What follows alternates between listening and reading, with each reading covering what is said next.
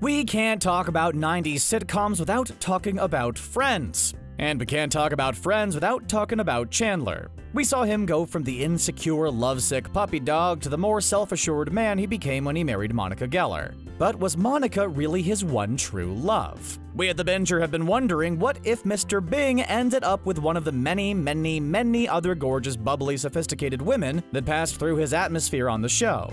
From close calls to far-fetched long shots, we want to explore what coulda, woulda, shoulda been for the world's most lovable wielder of the sarcastic wit, Chandler Bing.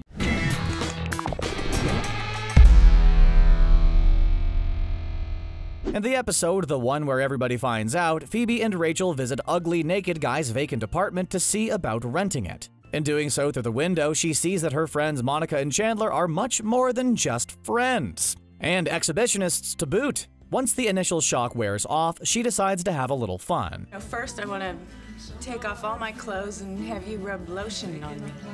She wants to see how far she can take this secret she knows and what it would take to get Chandler to admit his secret tryst. Although there were a million ways to go about it, she decides to exercise her inner goddess. She pours Chandler wine, dresses to the nines, and even tells Chandler, "I want this to happen." Nervous? Me? No. Behind every lie, there is some truth. Trying to seduce Chandler is such a specific route to getting him to admit the truth that we have to ask ourselves, is Phoebe in love with Chandler? And has Chandler had a private love affair with Phoebe in the private recesses of his mind? We've seen moments of sparks between them. In the one with the giant poking device, Chandler, heartbroken and lovesick on his favorite chair, was singing Lionel Richie and Diana Ross's Endless Love to himself. Upon finding him doing this, Phoebe seamlessly joined in with him. It was a tender moment that left us wanting more. You mean the world to me. And in the one with the tiny t-shirt, Phoebe and Chandler debate why Spider-Man is pronounced Spider-Man and not Spider-Man. Why isn't it Spider-Man? It's a banal conversation, but isn't love being able to do boring things with another person and be completely enthralled? We think so. We also believe that Phoebe would have left some of the parts of Chandler that we knew and loved from the earlier years well preserved. Because she's a free spirit, not as bent on control as Monica. She'd let him grow at his own pace, and he'd be totally different from the Chandler we now know. I wouldn't approve. I mean, you were totally in love with this guy who, hello, was gay. Julie was Ross's girlfriend in season 1. We're warning you Ross fans, Mr. Geller is gonna get it in this video, so get ready. Everybody who had been anywhere near a television in the 90s knew that Ross and Rachel just couldn't muster up the courage to stay together. There was always something in the way. Julie was a kind and innocent soul that just got roped into the Ross-Rachel saga and became collateral damage. Chandler would be a much better suited suitor for her. We know Chandler is not a dog person, but for a face like Julie's, we're sure he'd agree to get her a cat. Just like she always wanted. Okay, I hate dogs. What? Crazy! Out of your mind?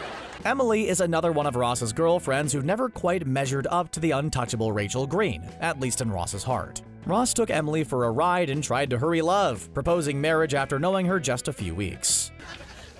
Emily, will you marry me? Surprisingly, she says yes. After bringing the whole gang to England for the wedding, including Rachel, who was not supposed to come, but after talking to the ever-observant Phoebe, she realizes she's loved Ross all along. What? What do you mean you're going to London? Yeah, I have to tell Ross that I love him. She goes to her ex's wedding, and in one of the most dramatic television wedding moments of all time, Ross calls Emily Rachel at the altar. Hi, Ross. Take the Emily. Take the Rachel. This is where Chandler comes in. He's done some dumb things and said some really dumb things, but he would never call his bride-to-be the wrong name on their wedding day. That's because relationship-wise, he wouldn't string someone along if he was in love with somebody else. He just wouldn't. He knows where his heart is, and when he goes astray, he's back on track in half an episode. We know he and Emily, on an alternate Earth, would hit it off, and he'd do right by her all the way. The episode, the one after the Super Bowl, was the highest-rated episode of Friends. 52.7 million viewers too lazy to change the channel watched Chandler get hit on by Suzy, played by mega film star Julia Roberts. She zeroed in on him the moment she met him on Marcel the Monkey's film set, recognizing him from elementary school. The two hit it off, and Suzy took Chandler on a wild ride, making big insinuations for their big date if Chandler would just wear her underwear for him.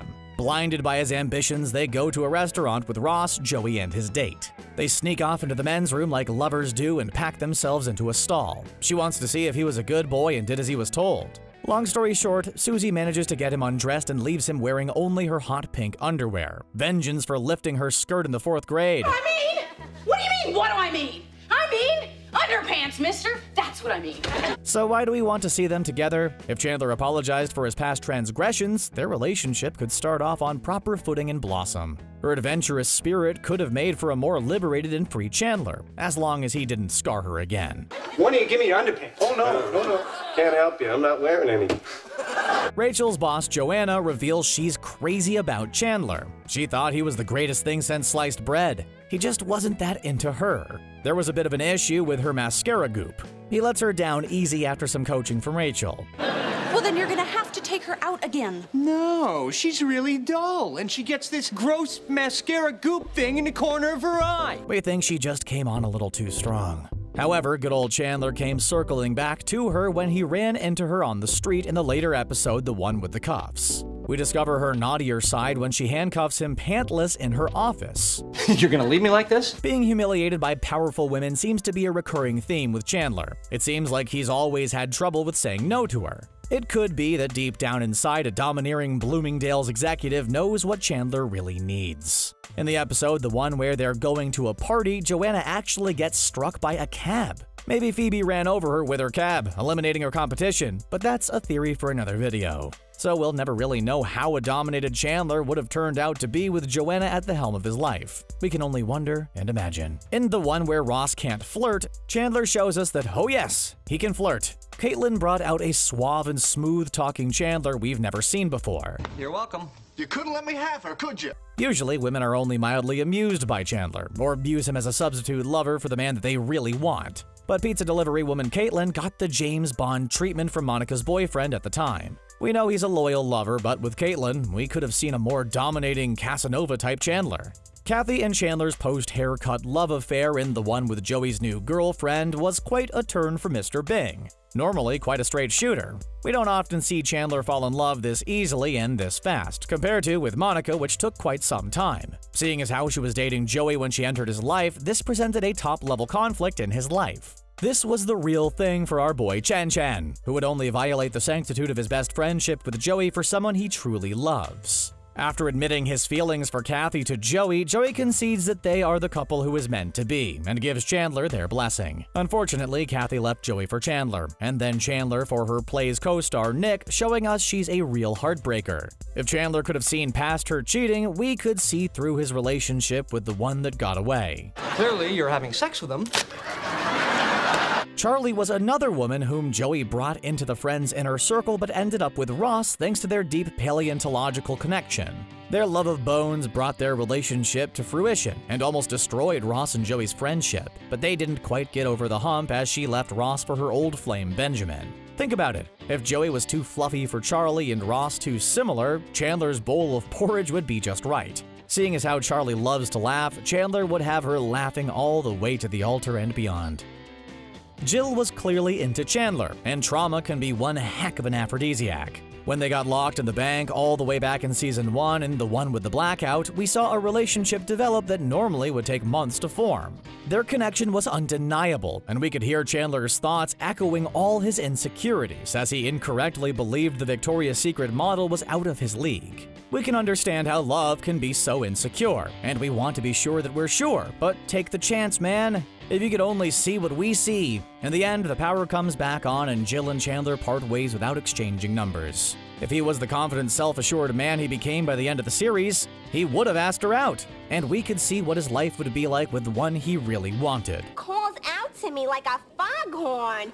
Janice, Janice. Just kidding. Number 1 is Rachel. Rachel and Chandler? To so many, that may sound like sacrilege, but work with us here. You have to admit it's crossed your mind at least once. We all know Ross and Rachel are the prom king and queen of 90s television, but remember, Ross circles around the truth, whereas Chandler always stays true to himself. Through his humor, he reveals to us that even though he's insecure, he sees the bigger picture. And even when Chandler veers off his path, he's right back on track in half an episode. This kind of decency makes him the perfect match to be Rachel Green's better half.